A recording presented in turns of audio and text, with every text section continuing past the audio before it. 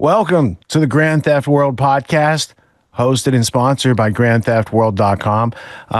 Technical issues aside, it's fun to take off. Welcome to the show. We got a lot to cover tonight. This show is sponsored by the members of grandtheftworld.com, so we don't have any ad reads or commercial breaks or any other nonsense that has to go on. We can just unfold the news in a clear way so you can understand. And if you don't understand what happened last week in the news, how are you ever going to understand what happens this week in the news? Right now, the Super Bowl is going on, and people around the world are celebrating the first Golf of America Day. That was an executive order just signed on Air Force One by Trump while he was headed to the Super Bowl. He's the first president to attend a Super Bowl. I didn't even know there was a game or who was playing until like yesterday. So thank you for being here instead of watching sports ball and Taylor Swift and Travis Kelce and whatever other nonsense is going on out there. We're going to be learning a lot about the news from the past week. You remember when Trump got inaugurated, they had that, prayer service at the church, and there was that bishopess who had some things to say about Trump's immigration policy and whatnot. Ironic thing in this USAID scandal that has been going on the past week, that bishopess took $53 million of your taxpayer dollars to, relocate people from another country into America. So that's probably why she had such a strong opinions, because she's got a bunch of, he's like 7-8 digits attached to that emotional package right there. So that's a lot of money, and that's not the only thing that USAID was found to be sponsoring. Things like the Wuhan lab. You might have heard of that a couple years ago. Yeah, the powers that be funded USAID that then created bioweapons that got out, and everyone had to get a mRNA gene therapy upgrade for mandate so you could go to work. That whole sort of thing is kind of unraveling. So this week's title is Deep State Hive Destroyed, because USAID, the United States, it's not about aid. It's about international development, always has been. They have a frontispiece, like a facade of their doing charitable work and aiding people around the world. But really, it's undermining various governments around the world to empower the military-industrial complex. We have USAID versus Doge. That's, who's showing us all about the Trojan horse. There was a Corbett report this past week that showed, he had covered, I think in 2014, USAID being the Trojan horse for the deep state. So it's good that the world is waking up to such things. This past week, Trump also declared that the United States is going to take over Gaza, which had a lot of people beside themselves. They're not sure if that's a good idea. If you've watched this show to any extent, you would know that's probably not a good idea. We'll have to see how that works out. USAID also showed that 9 out of 10 independent journalists in this country are funded by your taxpayer dollars. So seeing Ken Klippenstein and Media Matters and a whole bunch of other places that have caused nonsense over the years being cut off from their funding was very interesting this past week. All right, we are going to cover Future Shock Panopticon tonight, and we're also going to take a look at the most dangerous book in the world. But before we can get to any of that, let's go to Luke Radowski of wearechange.org and thebestpoliticalshirts.com. Let's see if he's got Super Bowl fever or if he had a report from earlier today, and then we'll get into tonight's show. We have some inspiring Second Amendment news and a whole bunch of other good white pill optimistic stories. So let's enjoy it while it's going on. Let's kick it off. Whether you're religious or not, I think the average American just forgets how close we came to the utter destruction of our civil society a few months ago. Even more so now that my life was saved for a reason. I was saved by God to make America great again. All of this as Donald Trump just made a very big, surprising announcement that is going to have a lot of people in the bureaucratic deep state absolutely concerned. This, as I think his presidency is speaking to a lot of this new kind of Donald Trump. You saw not just his rhetoric, not just his cadence, but his larger overall kind of energetic frequency change right after this crazy moment a few months ago that literally brought us on the brink of civil war. We were just a few seconds away, few millimeters away from what I think a lot of people do not understand, a larger mega event that would have upended and changed all of our lives forever, permanently. all in the wrong direction, as it would have been the larger hijacking of our civil society by very powerful people that tried to prevent what is happening right now, and that are the larger accountability efforts that are finally now allowing the American people to realize just how hoodwinked, just how robbed, just how unfair of a system this entire rotten, corrupted swamp actually was, as Donald Trump's approval rating, by the way, keeps going up the more he keeps exposing just how government absolutely works. As now, just a couple hours ago, this shows you that Donald Trump took the gloves off. This shows you that we're dealing with a totally different man. As in 2016, let's be honest here, there was a lot of things that were worth criticizing Donald Trump on. This time around, it's been about 2 weeks. 2 weeks of absolutely crazy bombshell major moves that do highlight how he's not only a changed man, but he's a man that's on a mission to actually try to make America great. This is now, he has just ordered the Secret Service to provide every bit of information on his would-be assassins. Yes, you heard that correct. Donald Trump now says he is entitled to know all the details surrounding these two major events, the most significant one in Butler, Pennsylvania, that almost took his life. As Donald Trump says, quote, "I want to find out about the two assassins. Why did one guy have 6 cell phones and why the other guy have foreign apps? Question mark. No more holding back because of Biden. I'm entitled to know, and they held it back long enough. No excuses." As we, of course, covered the larger cover-up effort here surrounding these two major events that now finally we will be shining a big light on, that will have major ramifications. As, of course, there's a lot of foul play with these larger kind of assassination attempts, as we've been documenting them from the very beginning, highlighting how, oh, hold on there. Wait just a minute there. There's a reason why people believe it was actually elements within our own government that tried to pull this larger major move against him, as we detailed specifically. Hey, first they tried to censor him. That didn't work. They tried to destroy his name in the media. That didn't work. They tried to legally charge him and threaten him with jail. That didn't work. They convicted him. They were about to sentence him. That didn't work, and he was becoming more and more and more popular. And the last thing that they could have done was to, of course, take him out. We, as an independent media organization, were even telling people, their next step here is probably going to be a larger assassination attempt before the assassination attempt actually happened. Tim Pool said this, Alex Jones said this, a lot of other independent media were saying, hey, the trajectory of what's actually happening here is leading us to this larger, big galvanizing event where they are going to try to take his life. And that's exactly what happened here, as there are still some legitimate questions left unanswered about this larger event in Butler, Pennsylvania, including the other assassination attempt too. But again, we have clear, just quote, accidents, coincidences, and larger kind of actions that just cannot be explained. The Secret Service was literally arguing that, oh no, the roof was just too sloped. There couldn't be any people on that sloped roof, as there was even a slopier roof across the street that Secret Service agents were on. Secret Service and police officers were literally using it as a control center, and the guy was able to get on the command center of this building and take multiple shots at Donald Trump, even though there were multiple warnings, multiple offenses, multiple suspicious actions by this man, as he literally walked around. He flew a drone. He's like, yeah, I'll just fly a drone before the event. Secret Service is here. Hi, how's it going? Oh, I'm literally going to have a rangefinder. I'm just going to walk on in there. Oh, Secret Service and police officers are saying I'm a suspicious individual. Yeah, don't worry about it. He's just climbing the roof now, as people are like, hey, there's a guy on the roof. And everyone's like, yeah, right. Yeah, right, as there was a concerted effort to blame a lot of this on the Iranians, and a lot of this doesn't work. And I think Donald Trump now, especially with this latest action, is starting to realize there might be more foul play here than a lot of people believe there to be here in the kind of establishment line of thinking, as a lot of people are saying the quiet part out loud.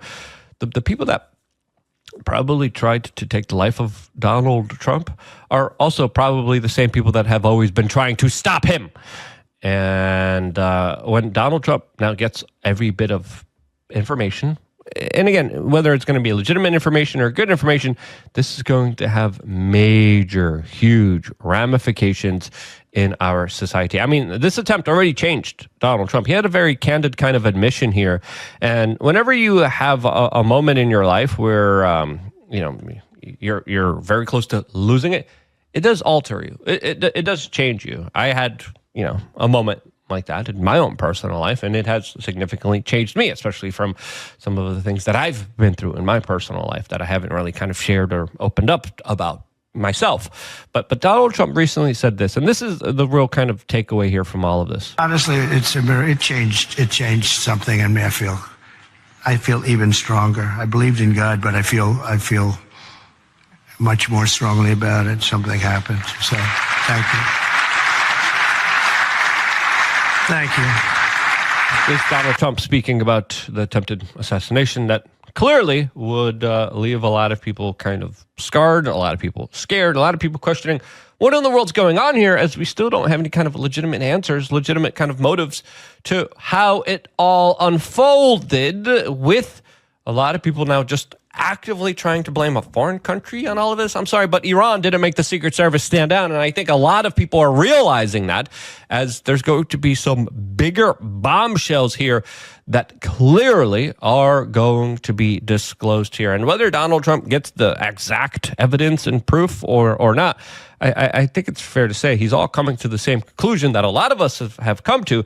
And I think he understands it. And the way that he's acting as president of the United States does make us feel that he is acting on this larger notion that there are criminal, sinister elements within the government that tried to take his life. And we're going to talk about some of the policy decisions that reflect this kind of new Donald Trump, but this Donald Trump that believes that there is a creator, that there is a God that saved him in order to put him in that position of power. And we could see the larger actions represented by his policies that do represent that. We'll talk about those policies in just a little bit. Before we do, we wanted to tell you about wearechange.shop. One of the best products that took me 2 years to research is, of course, takecalm.com. You go on wearechange.shop, or you just go to takecalm.com. It's one of my favorite products, as, of course, again, I don't like talking about this stuff, but I love this stuff for a very specific reason. A couple years ago, when I was out of shape, not working out, had a poor diet, I had a lot of anxiety. I had crazy panic attacks. And one of the few things that helped me was these types of products. Friends who deal with similar, we don't charge $100+. We actually gave a fair price. Products out there, as I think these types of things are, more relief with Donald Trump as the president of the United States, as again we came so close towards losing it all, losing this country, losing our civil society. And now Donald Trump, with this new kind of understanding, with him now coming to the larger conclusions like, hey, this deep state is far more sinister, far more evil, and I need to take action against it. And I think he is. I think he specifically is, by making the moves to revoke a lot of national security clearances for a lot of the people who have abused their positions of power. He took it away from Joe Biden. He's going to be taking it away from a lot of other people that have lied to the American people. He's taken it away from all the intel agencies that told us that the Hunter Biden laptop story was Russian collusion, which of course it wasn't. You can see through his foreign policy, he is actually trying to achieve peace here, as VigilanteNews.com also highlights how Trump is signaling that there will be no war with Iran, and there are now open, active negotiations with Iran trying to bring up a larger peace deal inside of the Middle East that, of course, would ease tensions there. Now, another major hallmarker of him being kind of affected here by this larger moment in his life where he almost lost it is the larger kind of negotiations that are currently underway right now in Ukraine, where Volodymyr Zelensky now, for the first time in a long time, said, yeah, I'm actually willing to sit down and negotiate with Putin. He previously said he would never do that. He's like, yeah, I'm okay even with paying back the United States with some of our rare earth minerals for all the help that he's gotten.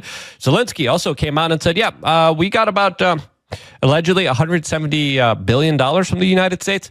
We only got about like 100 billion of that, highlighting how there's another 70 to 100 billion dollars that just went missing. Again, snitching at the previous administration for dipping their hand in the cookie jar and taking some for themselves while screwing over the people of Ukraine, screwing over the American people. And Donald Trump's, leadership, especially when it comes to these larger negotiations, is a major hallmarker of someone who does truly want the war to end, who wants a peace deal and wants the best for the United States. You don't try to end wars if you're a globalist puppet. You try to start them, and many presidents always have. Now, this is a larger signal towards a larger kind of restitution, a larger kind of peace, a larger end to the human sacrifice that has plagued this world, as these wars are pointless, they are evil, they are demonic. And if you truly believe you're doing God's call and you're answering it, you are going to try to bring peace to this world. And that's why I think Donald Trump is doing it. I think he legitimately does believe that there is some kind of godlike intervention, because how else could you explain him literally tilting his head and that right there, that little moment, saving us from a total hijacking of our institutions? He is one of the last few vessels of populism, of individuals saying, hey, I actually want something to be done here for the people. I don't want our people to get screwed over. I don't want our people to get milked. I don't want our people to get robbed. He's the one saying, you know what? I'm actually going to stop all that. He is. The stuff that he's doing with Deutsch, the stuff that he's doing with, foreign policy. Some of it, again, it isn't perfect. Some of it we criticized, especially the larger kind of plan here for Gaza, which, again, we don't see the full plan, but overall, yeah, not the best thing. But when it comes to stopping conflicts, he also was the guy who negotiated the peace deal and forced Bibi to make this deal. Bibi didn't make this deal with Joe Biden. Bibi didn't want to make this deal, and according to many sources, Bibi was forced to make this deal and end the larger kind of military actions inside of Gaza because of Donald Trump. Now, what's going to be his larger kind of plan here, or is he just kind of using this as a larger negotiation ploy for a bigger peace deal, as he's also literally talking about getting rid of all nuclear weapons on the face of this earth? Literally, Donald Trump, specifically when he was campaigning, and now again is saying, I want to make sure that all nuclear weapons are going to, of course, not exist any longer. Not just in the United States, but in Russia, in China, in Iran, in Israel, and all these other countries, the UK.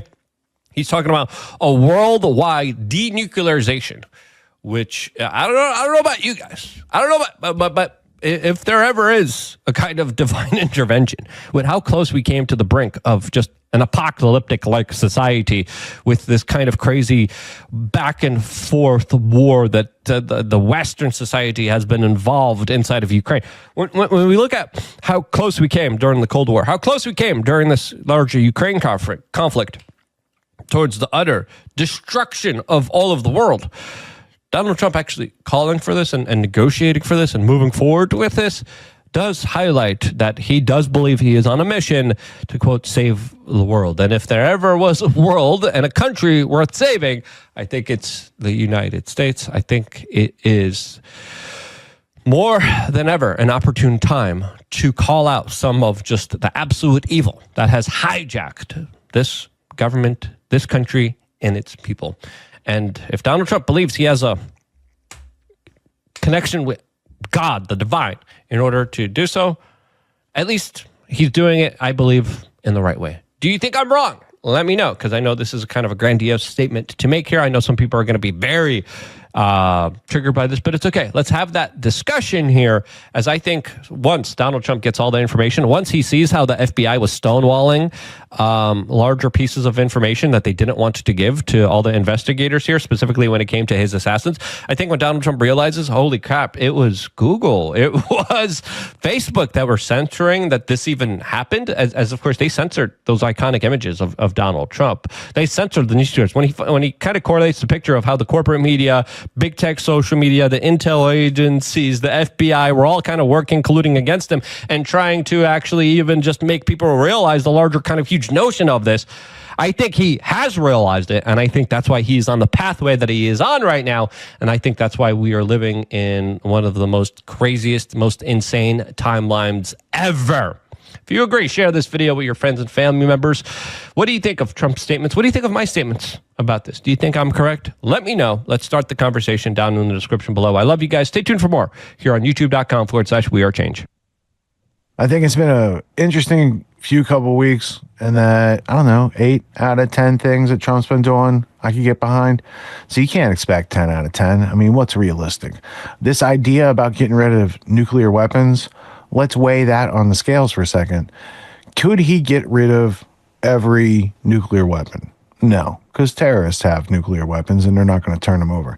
But could you get the major nation states that are all parking ICBMs in the numbers of hundreds at each other, that, you know, they have to be maintained, they have to be secured, they could go off at some point. Like, we just don't need that sitting around threatening humanity. So I think that's a relatively good idea.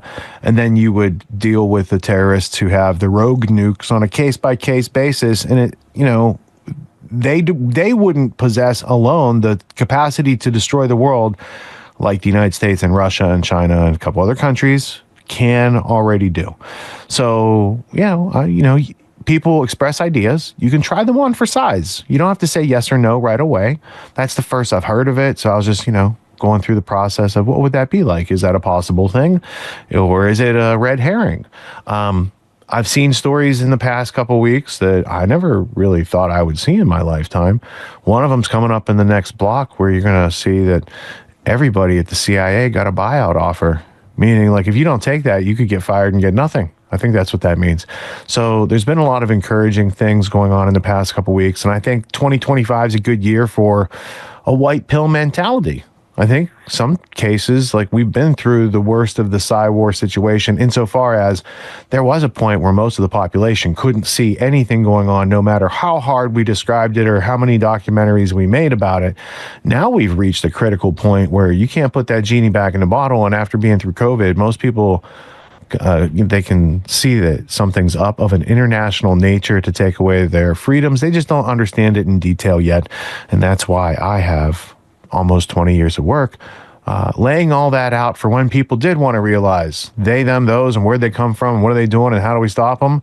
That's how we got here. So, Scott, did you have any thoughts on Luke's opening salvo and the state of the world? What's the score in the Super Bowl? I don't know. What's going on? I don't even know. Is it over? Is it going on still? I don't know. Let's see. A Super Bowl. I mean, I literally found out a few hours ago. So it's 40. Wow. Philadelphia Eagles 40 to Chiefs 14. Guess it's not rigged for the Chiefs this year. No, I guess not. And that's Travis Kelce with his double flu and COVID vaccines catching up to him. The other Kelce played for Philadelphia, though. The Travis His brother. Kelce. Oh, really? I didn't even know. Yeah, his brother's like a center or guard or something like that. Might have retired. Not retarded, retired. Well, good for them. A little sibling rivalry. One of them is a Super Bowl champ, dating Taylor Swift, and the other one has never even heard of him. So, that's hilarious. That's pop culture. Yeah. That's pop culture. But yeah, thank you all for being here and not there. Like, the fanfare, the excitement. I understand that. There was a time in my life where I got wrapped up in it, but now I'm just like so far down the rabbit hole where I'm just like, I could literally not care less. In fact, it's so against everything it just ruptures my soul to even think about. Like watching the commercial, that was the thing growing up. Everyone's like, you got to watch it for the commercials. Yeah. And like that is like propaganda right there. I'm just like, I avoid commercials as if it's like a demon trying to get in my head. It's just so maddening. Like the only time I ever even glimpse at a TV is at the gym, and I still try to like shield my eyes constantly from it. It's just like horrific, horrifying. And when I do glance up, it's just pure horror every single time. Mass programming's a thing. We took a look at mass programming last Friday at Autonomy Screenings. We went through the first part of The Minds of Men, which basically focused the first part on MK Ultra. We have a 3-week series. So if you have not gone over to autonomyscreenings.com, you can register for free. get screenings for the entire year. You can catch the next 2 pieces of Minds of Men. You can catch the replay from the first part, and you can catch the replay from the week before, State of Mind, The Psychology of Control. And that's a pretty good offer. I'm just letting you know it goes on Fridays. It's fun to watch a movie, fun to watch it with your friends, fun to watch it for free, and fun to have something rewarding, like knowledge-wise, coming from it. That's a heck of a movie. And we're also going to play into some of the Truth Stream latest YouTube publications from this past week, because Melissa and Aaron published a piece on the Panopticon and the Stargate project with Larry Ellison, like we covered last week. And it has some different information that we haven't covered, so I want to put that in later. And there's also a 1972 movie narrated by Orson Welles called Future Shock, based on the Alvin Toffler book. I was re-watching that last night, and just, the irony of watching it on a supercomputer in my hand and him talk about like the technology is going to take over the world. Yeah, dude, it's 50 years later and we can now see clearly what they were pointing at and what's going on. And that ties back into the Stargate Panopticon mass surveillance, Larry Ellison, $500 billion. That's one of the, like, all the other good things that Trump did are kind of outweighed by that $500 billion project that could enslave humanity forever in a way that we can't get out of, right? So I always try to stay away from that stuff. A few other things too. It looks like we're going to be getting to tonight. Just the thing, the good with the bad. I agree. There's some stuff that I'm like, okay, I get on board with that.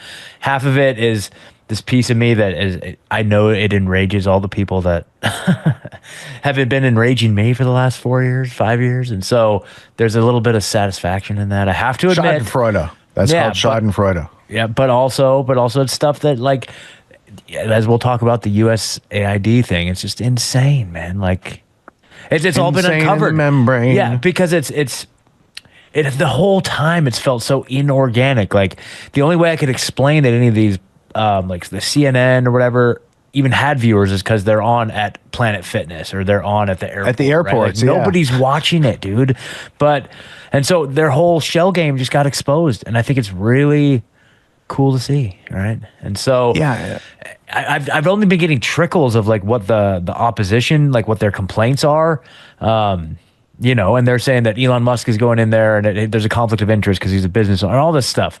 And that is something to be aware of too. That's something to keep an eye on. Like, is there there's a potential for nefarious conflict of interest and corruption the reverse way, for sure, that could potentially go against freedom. But at the same time, on its face, it's like, man, it's cool, I guess. Well, a lot of Democrats they're upset because he's coming in and doing so much so fast. Yeah. But if you recall history, there was a Democrat called Franklin Delano Roosevelt of the Delano opium smuggling family. And he's an interesting character because he came in and did basically the same thing as Trump. He didn't even go to the inaugurational ball. He went and started signing executive orders all over the place. He closed all the banks all at once. Trump hasn't done anything like that. And that's FDR. He's the gold standard for president back in the day, right? So, you have to have the comparison and contrast. Otherwise, mainstream media is always going to tell you, like, he's Hitler, he's doing the worst thing ever. And it's like, he may not be doing good things, but you're not going to find it out from their perspective because their head's up their ass, right? So you have to hear what they're saying and also say that's probably not what we need to be looking at if we're going to look critically and critique what he's doing or see if it matches up with the constitutional values of our country. Yeah. So we'll see how this plays out. I mean, the idea behind it of rooting out all the corruption, starting a new benchmark, just like a clean slate. I'm on board with all that. Like, the whole attitude, like, they always threaten a government shutdown. Even like last week, I was seeing stuff about a government shutdown. I'm like, that's great.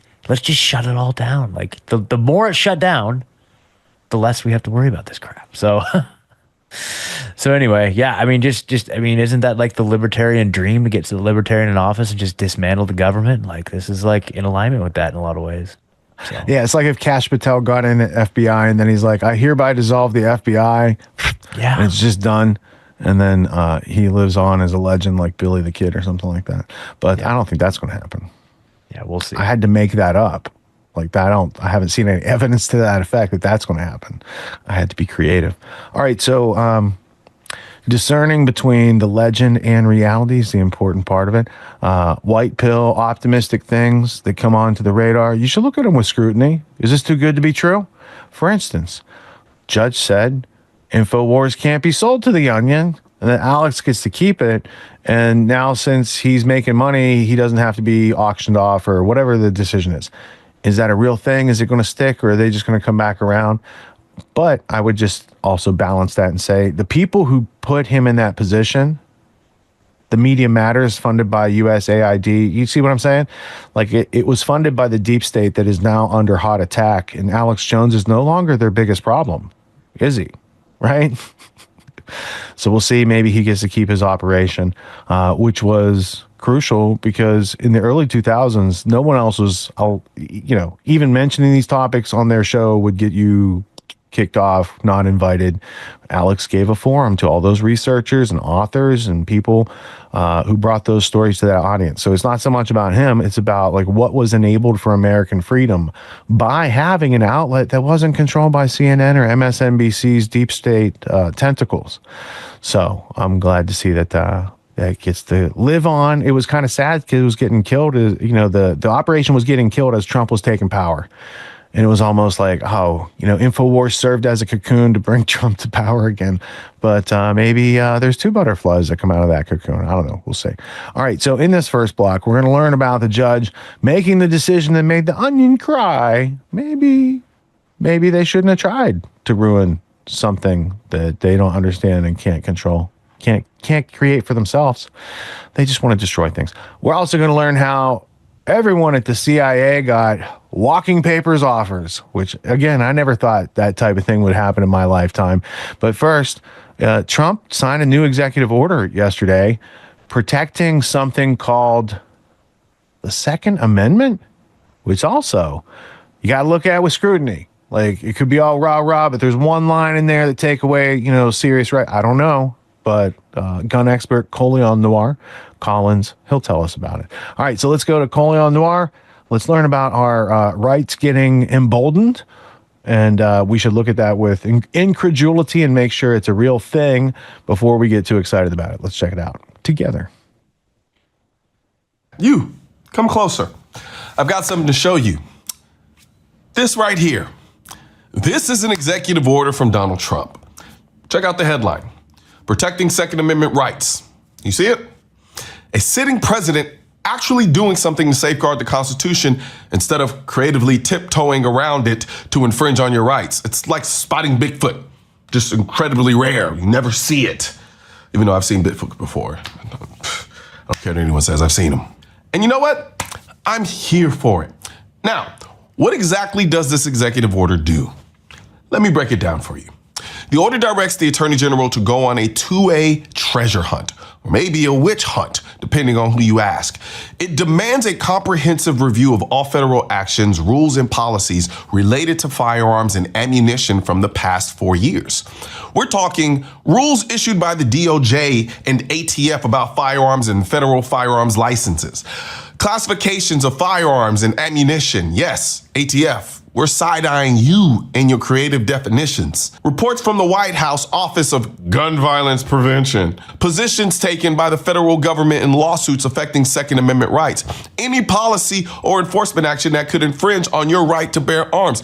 The Attorney General has 30 days to report back to the president with findings and a plan to fix anything that violates the Second Amendment. So in plain English, this executive order is saying, let's make sure none of these gun laws or policies are trampling our constitutional rights. It's like hitting the reset button on federal overreach. But before we dive deeper into this, let's talk about the making of a bold statement. And no, I'm not talking about one of those bland political press releases. I'm talking about the I'm guessing you're not here about the alcohol or tobacco design available at shop.mrcolionnoir.com. This design features a cold snake wrapped around a rifle, a modern spin on the classic Gadsden flag. It's a clever and cheeky way to highlight what we all know.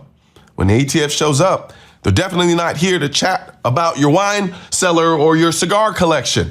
So whether you pick it up as a hoodie, a t-shirt, a woman's tank top, or tumbler, now, back back to what this executive order means for the gun community. So, for starters, it means accountability. This order calls out the alphabet agencies, looking at UATF, and says, hey, are you guys following the Constitution?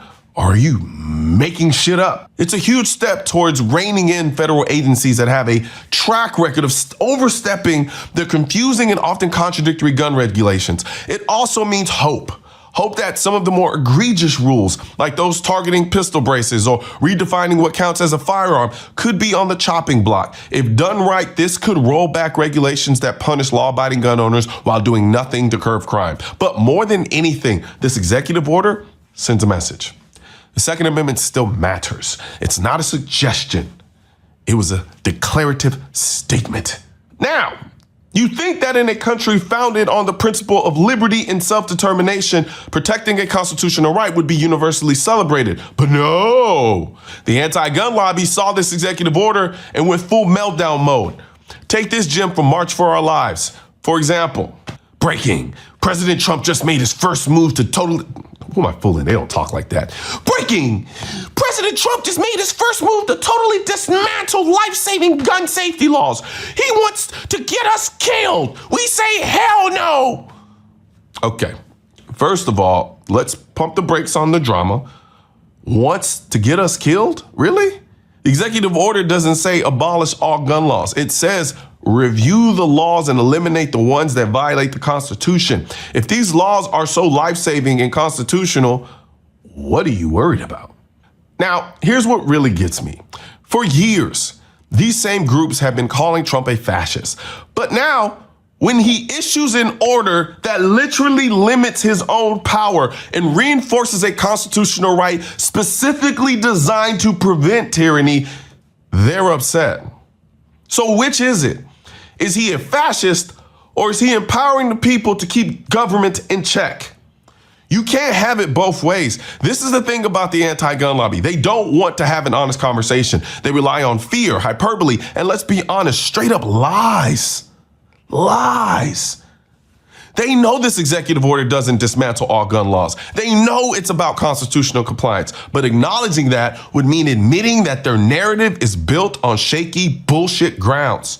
This executive order is a win for the gun community. It's a long overdue check on federal agencies and a reminder that the Constitution still holds weight. It's proof that protecting the Second Amendment isn't just a slogan, it's an actionable goal. And as for the anti-gun groups, keep crying.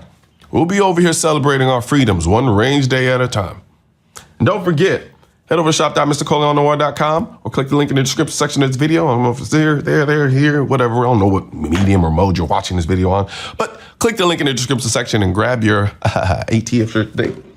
One thing's for certain and two things are for sure. Politicians and tech giants don't...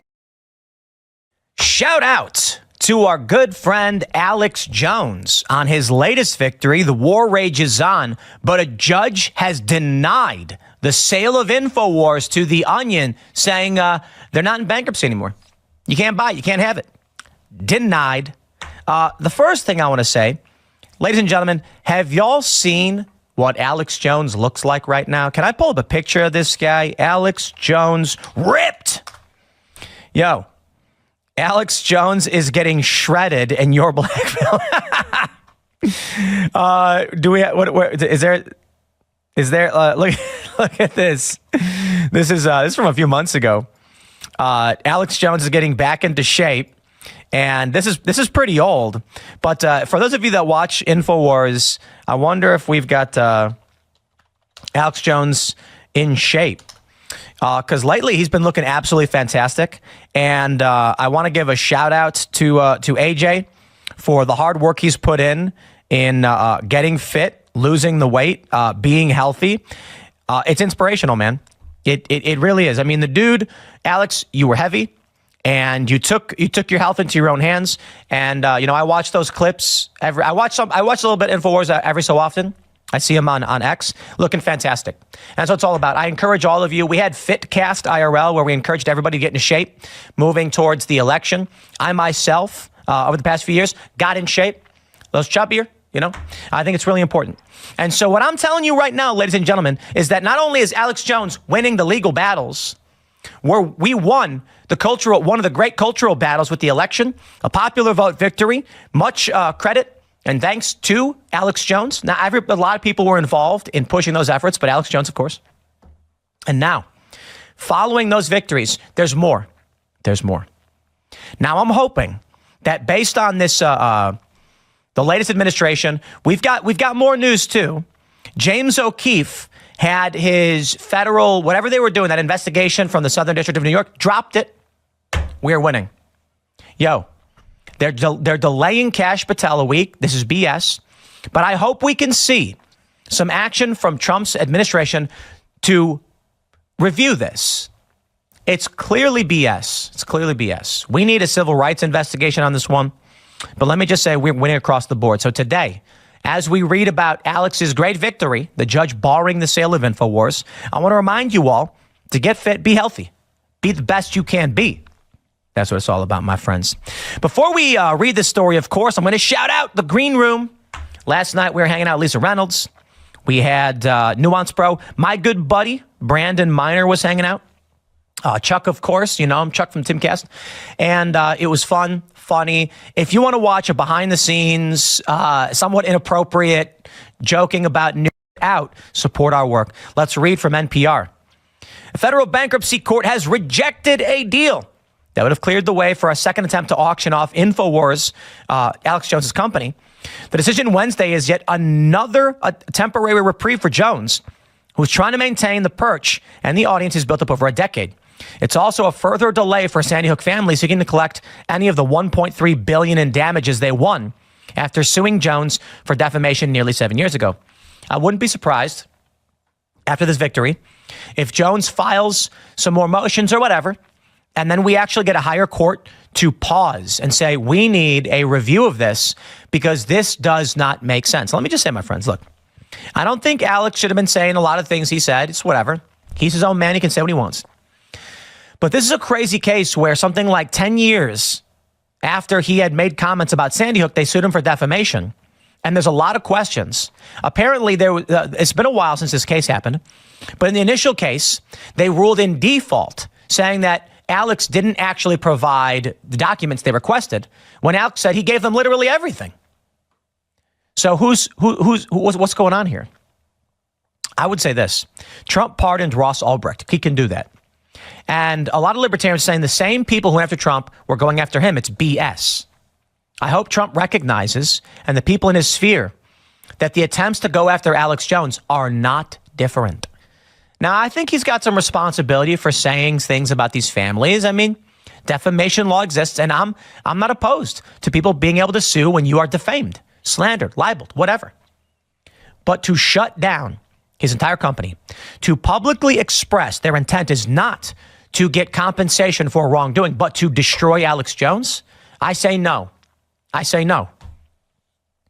They say Judge Christopher Lopez shut down any arguments from lawyers at the start of what was expected to be a day-long hearing Wednesday in Houston. He immediately ruled that he cannot approve the deal because it relates to assets of InfoWars parent company Free Speech Systems, which is no longer in bankruptcy. The judge is overseeing Jones's personal bankruptcy, and he said approving the proposed deal would require him to overstep his authority. I wonder if this is just a master move by Alex Jones. Basically, pull Free Speech Systems out of bankruptcy. That way they can't auction it off. I'm not going to allow the sale of assets anymore, the judge said, only a pure sale of equity. This is a reversal from the judge's previous positions that Jones's assets, Free Speech Systems, fall under the control of the bankruptcy trustee and is heightening frustration and confusion among those involved. It remains unclear how much bidders may be willing to pay for only the equity of a company facing massive judgments. Indeed. And it seems to be inviting attorneys to try and seize assets through state courts, even though Judge Lopez sternly put a stop to such efforts last summer. The judge also said on Wednesday that he would not approve another auction bid containing a non-cash component like the one the Connecticut family submitted in last auction. This is where things get crazy. They basically said, the Onion was like, we're going to buy InfoWars in bankruptcy, and we're going to put up cash, and the money that InfoWars owes to the families that's to be paid for them from the sale, we will include. It makes no sense. Okay, let me try this again. This is weird. The point of the bankruptcy sale, let's say they sell InfoWars for $1 million. The $1 million then goes to the families of the Sandy Hook victims as part of their settlement, right? Or their judgment. They basically said to The Onion, we are going to, so the money you owe us, we will include as the sale, right? Basically, if that is allowed, they're basically saying no one can buy this. Because the way it would work is, they could be like, then you could say, we'll give $1 million for this, and then $1 billion on top. And when they say, where's the $1 billion? It's like, well, you know the $1 billion that's owed to the Sandy Hook families? It's that. And then I say, the Sandy Hook families are using their own debt to them to say the full value of the sale is the debt they put on top. That's what they were trying to do. And the judge said, no way. In that deal, The Onion, in conjunction with the families, offered half as much in cash as any other bidder, with the only other bidder, First United American Companies, which is affiliated with Jones and his online store. But The Onion bid also included a sweetener. The Connecticut families would forego some of their proceeds to ensure the other parties would collect more. In December, the judge ultimately blocked the sale, saying the bids were too low and citing other concerns, including that the Onion offer amounted to a contingency bid that was not allowed under the auction rules. Not only that, they said, here's how we're going to do it. Everybody write down the most you're willing to pay and put it in an envelope, and then whoever has the most wins. That's not an auction. That's a trick. That's not an auction. The auction should be, company says we'll give $1 million, Sandy Hook family say we'll give $2 million, or the Onion says $2 million, and then the other people can say, well, I'll give more. And that's how you auction things off. The idea that they would just stop there, insane. Since then, First United American Companies was planning to more than double its offer to $8 million, and The Onion was also expected to significantly increase its bid and to include a sweetener similar to the last one. But the judge ruled that out Wednesday, saying he wants the case to get back on track with a more simple deal. I was asked to approve a sale that had a contingency clearly in it, but was told to act like there wasn't a contingency. I don't want any more contingencies. If there's going to be a sale of assets, cash will be king. Bam! The Connecticut families have long said they are less interested in any financial windfall than they are in shutting down InfoWars and stopping Jones from continuing to spew the kind of conspiracy theories that harmed them. The Texas families have been more inclined to take their compensation and have some modicum of closure. Well, my friends, I need only tell you very simply, it is a new day in this country. Donald Trump is the president, and things like this ain't going to fly no more. They ain't going to fly. The attack on Alex Jones for whatever he did wrong should not be the end of his company and the jobs of everybody who works there, which is insanity. If you want to have a penalty for defamation, I support those. I agree with that. Let's have the trial. They wanted the GDP of France. I'm not kidding. Like $1 trillion. Now they want $1 billion? That's not payable. They might as well just say a bajillion dollars. You want to get someone for defamation, fine, but what's the ultimate penalty going to be? A few million or something? Ridiculous. I hope the federal government looks at this. I hope a higher court takes it on, and I hope AJ wins more. But I'll wrap up by saying, my friends, get fit, get healthy, make America healthy again. That's how we do it. There's an American resurgence happening right now. We're getting healthier. We're cutting out the sodas. I'm drinking me this delicious Spindrift. I'd love it if they sponsored me because I love Spindrift. Well, first it was the FBI. Now it's the CIA that's facing a major shakeup. America's spies agency is being offered sweeping buyout. That means every CIA staffer can quit in exchange for about 8 months' pay. The move is meant to weed out those who don't support the MAGA agenda. And the buyouts are meant to support the agency's new goals of targeting drug cartels and undermining China. Meanwhile, over at the J. Edgar Hoover building, it's even more tense.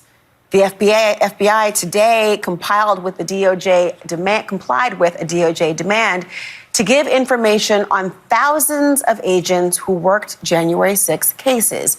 We're talking about ID numbers and job titles, not names. Several FBI agents even filed a lawsuit accusing the DOJ of conducting a loyalty purge. The acting director of the FBI, Brian Driscoll, has tried to stand in the way, defending the rank and file and becoming somewhat of a G-Man folk hero along the way, with AI memes like this one, celebrating him for pushing back on the agency's purge. But soon, Driscoll will have to face his new boss, the newly confirmed Attorney General Pam Bondi, who begins her first full day tomorrow. Lots to get to on all of this tonight with National Security Attorney Mark Zaid and former top counterterrorism executive at the FBI, Christopher O'Leary, who's currently a senior VP for global operations at the Sufin Group. Thank you both. Walking papers. So if you don't take your 8 months pay and they just decide to fire you, I guess you get nothing. So I would guess a lot of people are moving out of that type of business right now. Are they the right people to be moving out of that business? Right? Are we only going to be left with the deep state CIA if everyone else walks away? I don't know. How will that work out, Scott? Yeah, I mean, that seems like the move. Like they're just forcing the people that would be in opposition to whatever is coming down the pike, they would just walk themselves out the door. So it seems like a reasonable move. Like, it is very interesting to kind of put it on them to make the decision to exit themselves out. And maybe they see that as the best opportunity to flush out all the rats out of the sinking ship, right? Or maybe the ship isn't sinking anymore. I don't know. But it is a good strategy. Very, very interesting. It's also a sense of humor that's going on. Because if you've seen Office Space, where they're downsizing that company and the consultants come in and they interview everybody, it's like, tell us what you do and why you should work here. Elon's doing that sort of thing. There's a podium. I think they have 4 minutes and they're like, this is, their way to justify not losing their job. Otherwise they're getting fired. And having them do it themselves is also in Office Space.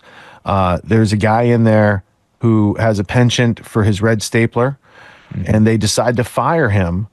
And they ask, did you tell him that he's fired? And they're like, no, we just cut off his paycheck and it'll just kind of work itself out. That's what they did this past week with USAID. When Politico's not getting their paychecks, when Media Matters not getting their paychecks, that's because Uncle Sam just stopped paying for those outlets. And so there's been a lot of hubbub this past week that people were getting paid with the taxpayer dollars all of a sudden aren't again. And again, I don't think that I had any expectation of this happening just because Trump got to be president. And I'm just taking it in. I don't have judgment on it yet, but it seems interesting.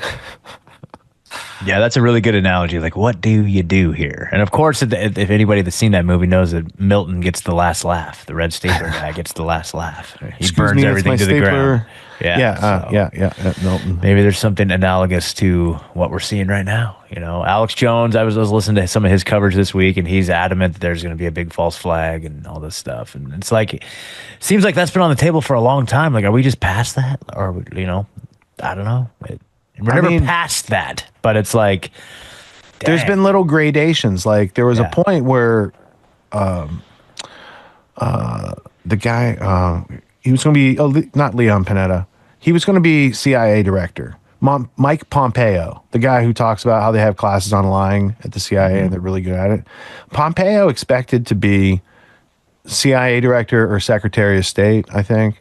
And the fact that he got his security clearance pulled, and he not only didn't get the job, they're like, you're out of here. There's only so many deep state characters that they can remove before I think the other side panics a little bit, because he's going after large gradations of them all at once.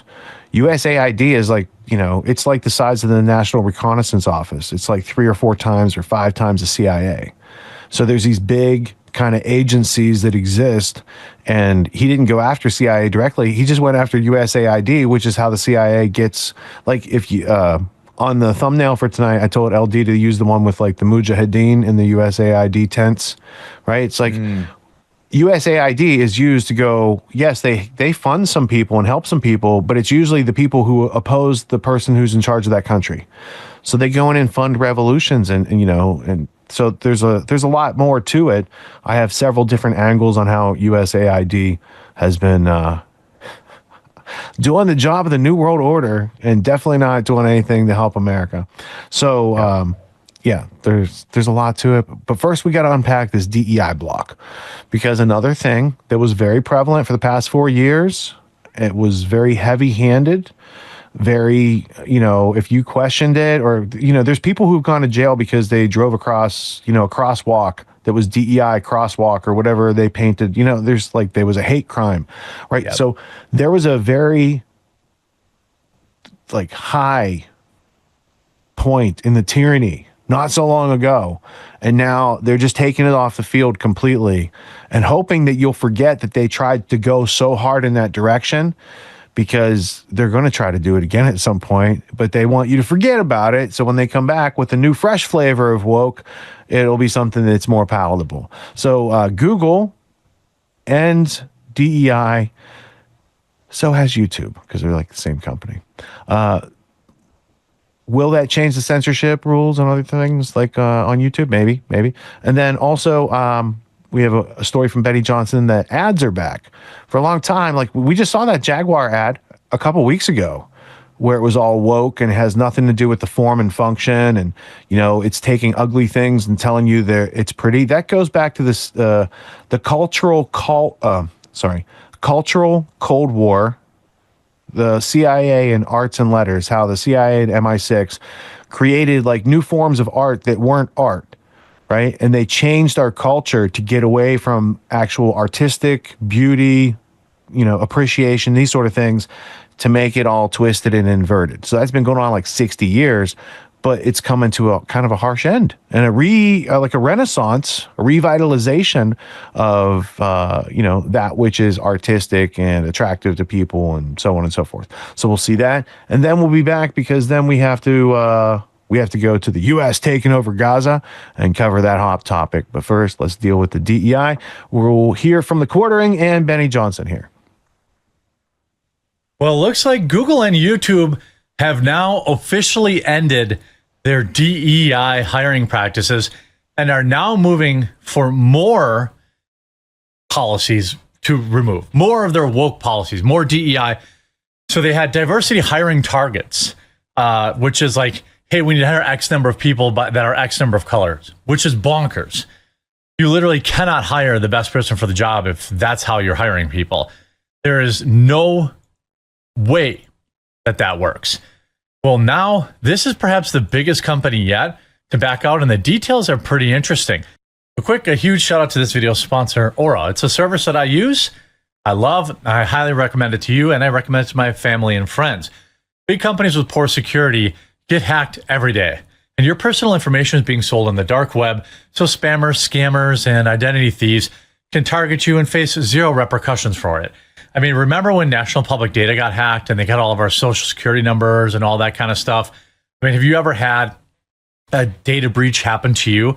It certainly has happened to me, and that's why I'm so happy that I have Aura. Aura keeps you safe online by doing all the hard work for you. They will identify data brokers who are selling your information, submit opt-out requests on your behalf. If you just give Aura a few weeks, you'll stop seeing your information on these sites when you search for yourself, which will lead to less spam and so much more. They also have $5 million in identity theft insurance should the worst case scenario happen. The Aura app also has a VPN with 100 plus virtual locations. Give it a try.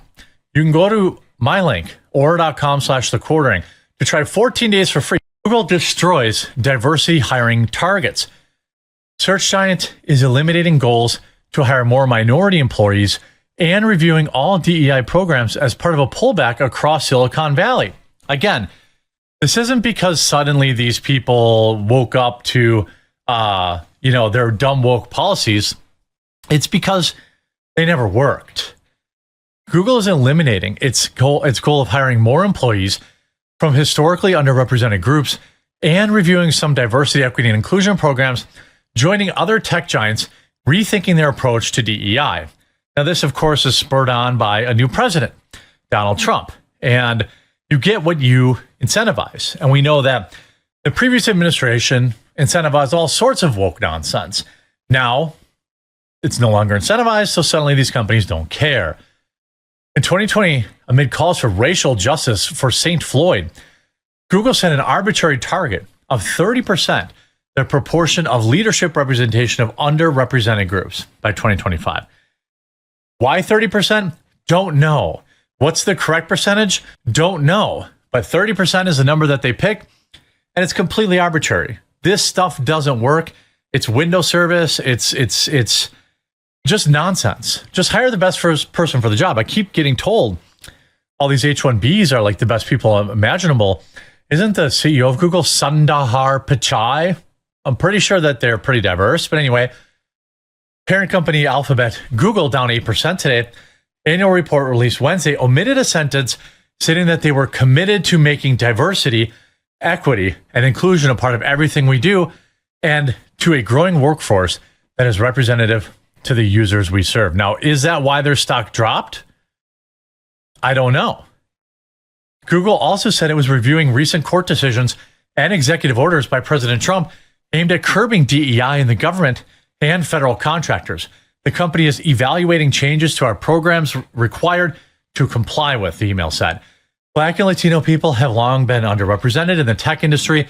Google's 2024 diversity report said that 5.7% of its U.S. employees were Black and 7.5% were Latino.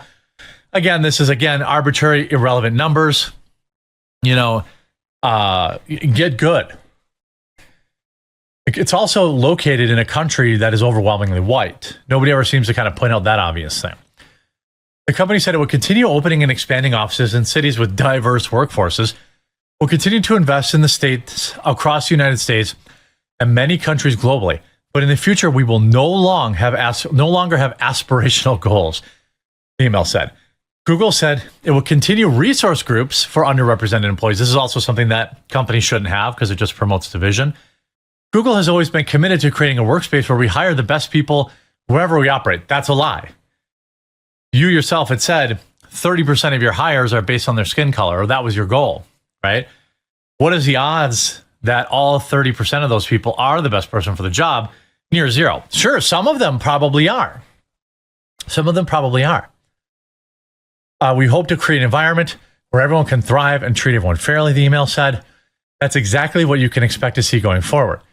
Facebook owner Meta Platforms last night eliminated the team overseeing its diversity efforts. Meta's vice president of human resources, Janelle Gale, told employees that legal and policy landscapes surrounding diversity, equity, and inclusion efforts in the United States are changing. They've wanted to get rid of this for a long time.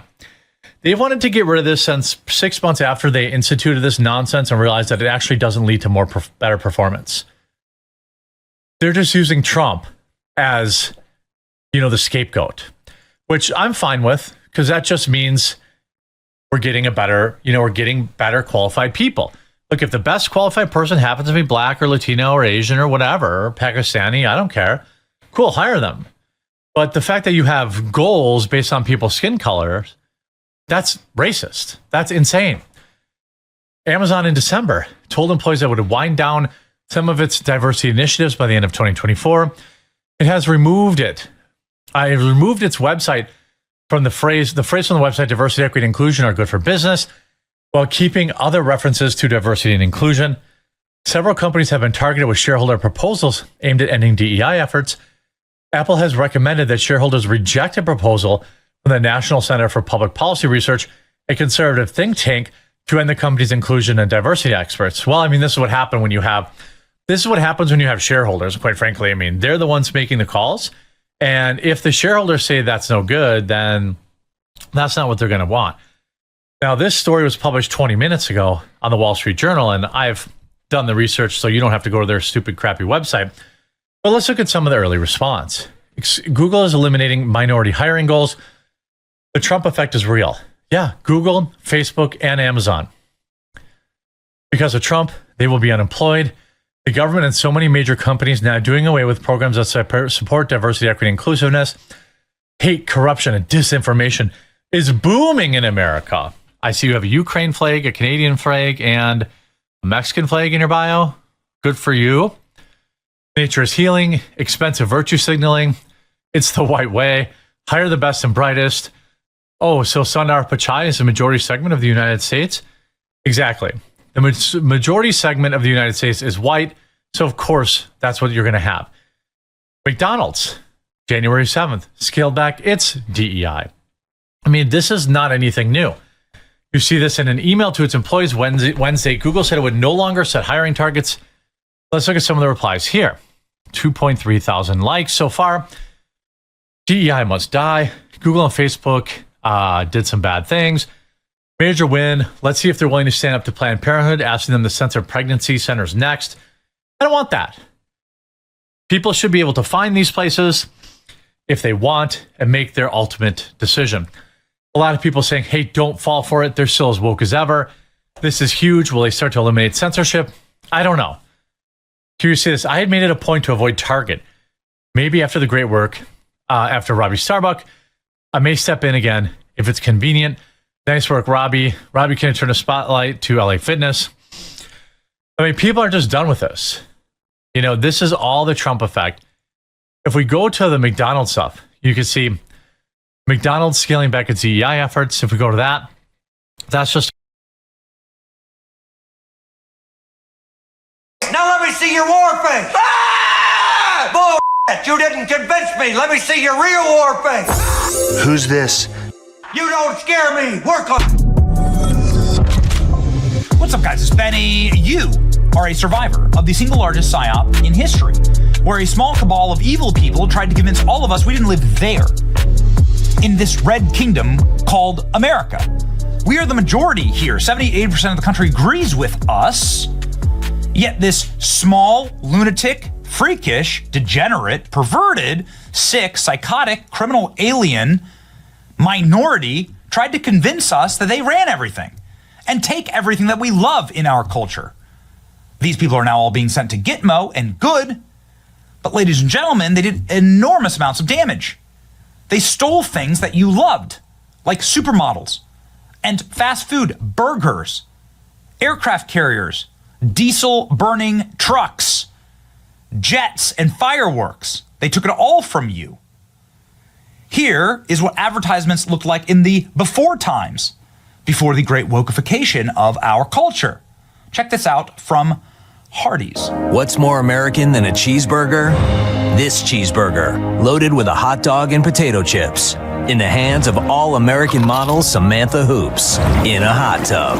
In a pickup truck, driven by an American bull rider. On an aircraft carrier. Under the gaze of Lady Liberty. As she admires the most American thick burger. With a split hot dog and kettle-cooked potato chips on a fresh-baked bun. New at Carl's Jr. Carl's Jr. Hardee's is the same company. This is what advertisements used to look like in America. Because we had a culture and specifically a media and an entertainment industry that reflected generally what the majority wanted in this country. You'd have to go into the Smithsonian, into the archives over the last 10 years to find an ad that looked and sent this message. The great awakening of our society banned ads like this. You weren't allowed to make them. You couldn't have someone who was actually beautiful doing something awesome and proudly American. All advertising in culture turned to this. The estimated hold time is now less than 96 minutes. This is what passed for a Super Bowl ad over the last few years. Ladies and gentlemen, this is what Bud Light was paying for, because in the fever dream of the modern audience, which doesn't exist, they were so psyoped into thinking that this is actually what would attract new customers. So the brokenness of the actual entertainment institutions and public marketing and PR institutions in America. But nature is healing, ladies and gentlemen, and Dylan Mulvaney, who will never be seen at another Super Bowl or in any other Super Bowl-related content, who is completely and totally out of a job, has been replaced by President Trump, who now will be attending the Super Bowl, the first president in American history to attend the Super Bowl. Didn't actually know that. Very interesting. President Trump is crashing out all of the Taylor Swift fans. Taylor Swift obviously dating one of the stars of the Kansas City Chiefs, who is saying that he's very proud that Donald Trump will be attending the Super Bowl, and he's very happy to see him. He's excited. How is Travis Kelce going to go pro-Trump when Trump says, I hate Taylor Swift? Kansas City Chiefs quarterback Patrick Mahomes says that Trump's a winner and that he's honored to have the president there at the game. The NFL is scrubbing the woke messaging and racism from the end zones. How'd that work out for you, NFL? Did you end it? NFL ended racism successfully. Okay, good job. And ladies and gentlemen, I'm proud to report to you that American ads are back with hot chicks and with supercars and with fast food and burgers. And ladies and gentlemen, we are so back. We have never been more back. Carl's Jr. Super Bowl ad brings back bikini-clad burger models after years-long clampdown. Would you look at that? Make America hot again. Carl's Jr. ditched sexualized commercials 8 years ago, is bringing back its bikini-clad burger formula for the Super Bowl. TikTok influencer Alexa Earl stars in a new commercial for Carl's Jr. promoting the new hangover burger for football fans needing a pick-me-up after game day.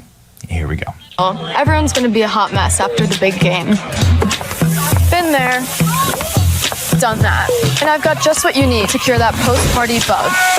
The Carl's Jr. Hangover Burger. Egg, double bacon, yeah, you need that double bacon. Charbroiled beef, hash browns, cheese, and sauce. Just the way I like it.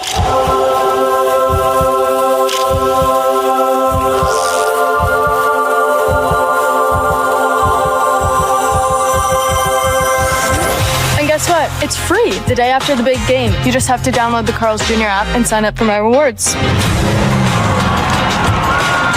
So get your free hangover burger on Monday, February 10th. He'll definitely need one. She's driving a muscle car in a bikini, eating that burger. Yeah, boys, I'd say we're back. Carl's Jr. Super Bowl ad brings back bikini-clad burger models after years-long clampdown on sexualized ads. America is really back. The move is the latest trend where companies are abandoning their woke positions and policies following Trump's election win. So Trump brought back hot chicks in bikinis. Here we go. This from the official Carl's Jr. account. For those who haven't seen this yet, you're welcome. Stop by Carl's Jr. and get a free burger at participating restaurants. Well, there you go. So there's the brand promoting it. The anti-woke burger and bikini ad. No more woke, ladies and gentlemen. How do we know America's back? Right, The golden age is upon us. First time in 9. All right, so that's the state of our advertising, Scott. You just said you hated the ads. Yeah, I mean, this is just like, okay, so you've heard me go off on Benny before. He's just such a little goy slop, little weasel dude. Like, he drives me crazy. Like, why is the barometer of like the whole we're back mentality like advertisement? Look, when do we get past that? Okay, it's just like, and okay, so there's the other thing too to pay attention to.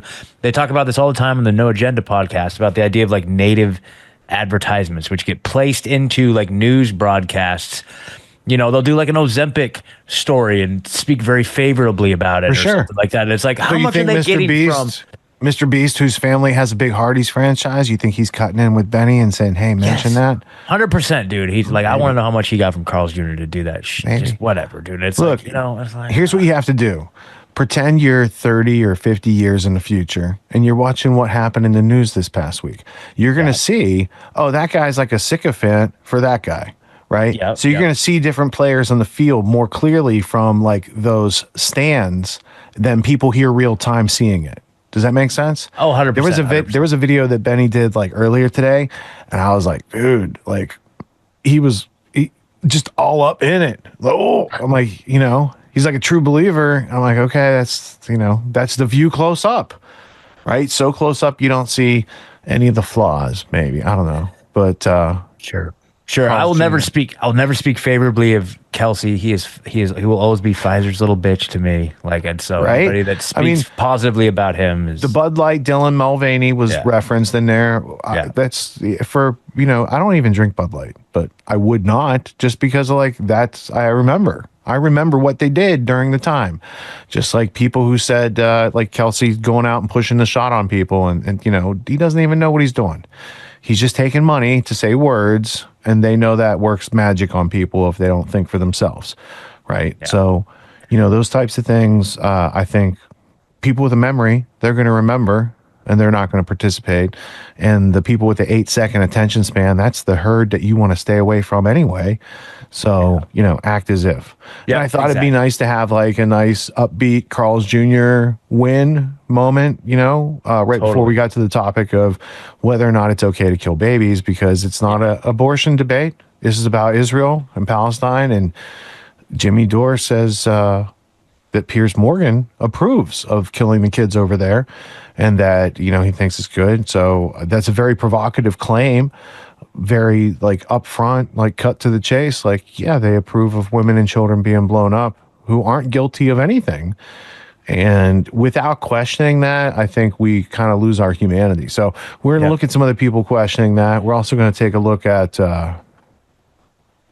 Trump saying, did you see Bibi's face when Trump said we were going to take over Gaza?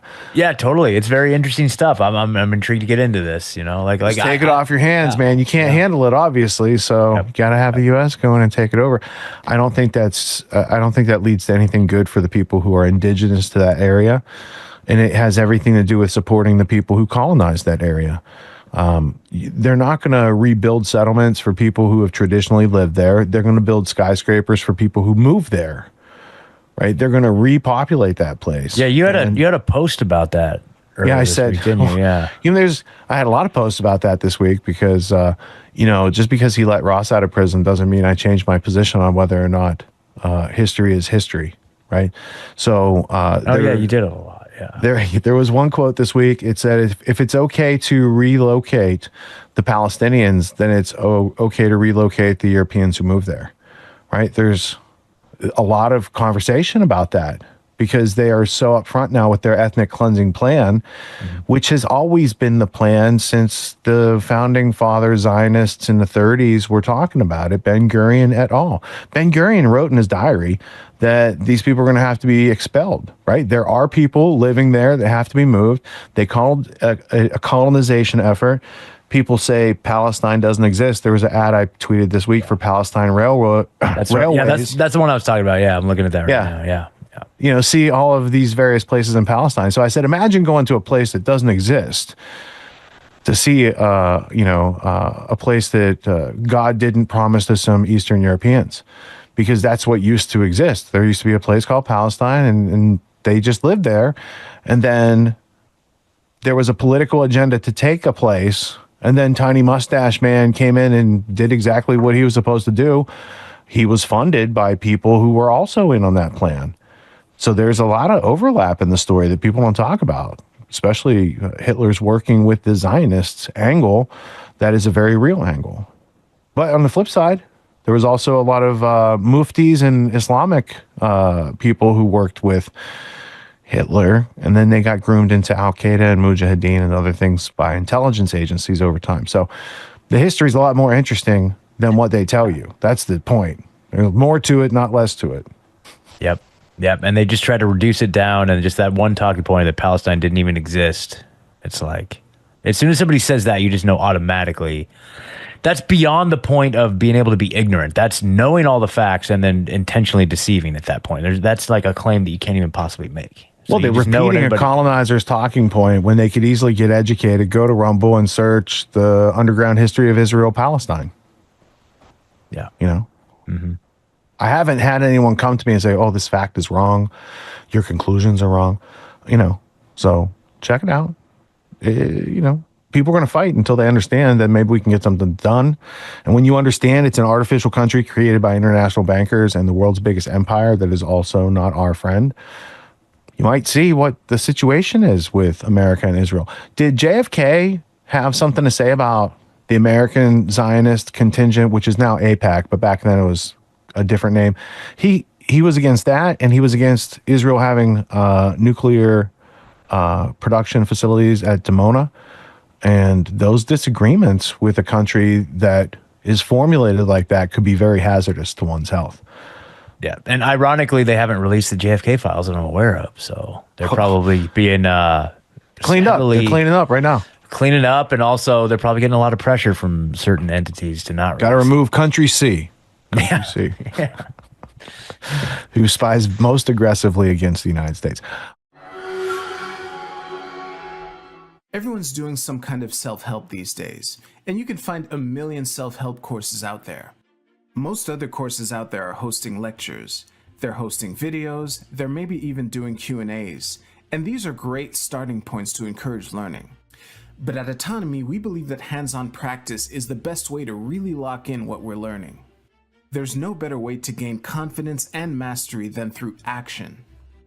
After each lecture, we practice the concepts we've learned with other students, giving and receiving feedback in a non-judgmental environment.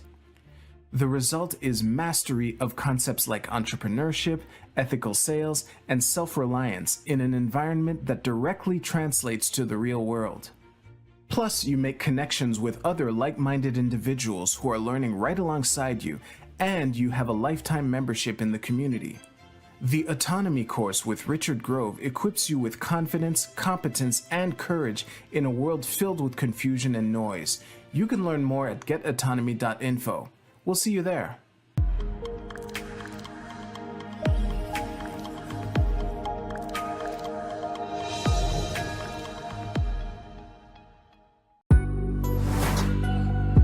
What makes the Grand Theft World podcast unique, invigorating, exciting, and informative? Most other podcasts out there are either doing straight up interviews or they're just covering the daily news. They're covering current events from the day they happened. And that is effective. It's useful.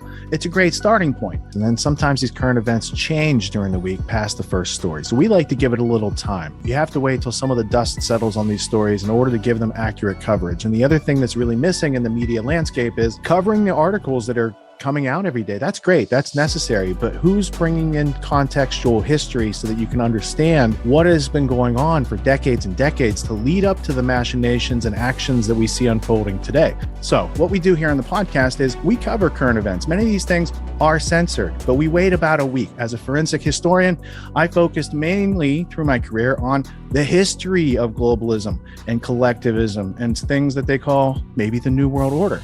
There's a lot of facts to these sort of circumstances, groups, events, activities, working groups that they've had over time. So for Grand Theft World listeners, we not only break down the current events, most of which that are censored during the week, we provide you with contextual history, we give you the source notes, the references, we do deep dives, and this really empowers you with an understanding of context and history so that you can make more informed decisions in your life. There's also a community, a membership where you guys can actually ask questions and we can get into the show and we can share evidence.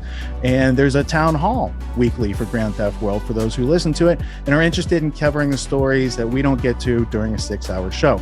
Listening to it an hour a day, you could easily consume the week's news, but you're going to have substance and meaning and context and understanding. And with that, you can make higher quality decisions in your life. So if you're interested in more quality in your life, go to grandtheftworld.com, click podcast at the top, and we'll see you there. Thank you. These allegations are false. This isn't Grand Theft Auto, folks. This isn't a video game. What are the most surprising things that you discovered once you started pulling on that thread? Who he was connected to, what institutions he was influential over, what events he participated in? Come on, man. What are we talking about? Come on, man. No. You don't have to think about it, dude. I got this quote because you said you didn't know much about Klaus Schwab. I made it my job to, as soon as this happened, I'm like, okay, this guy's their front man. Let me learn about the official history of the World Economic Forum. I got their 40-year history. I got every book that Klaus Schwab has written or ghostwritten. I went through those books. This is one of the most interesting passages. Come on, man.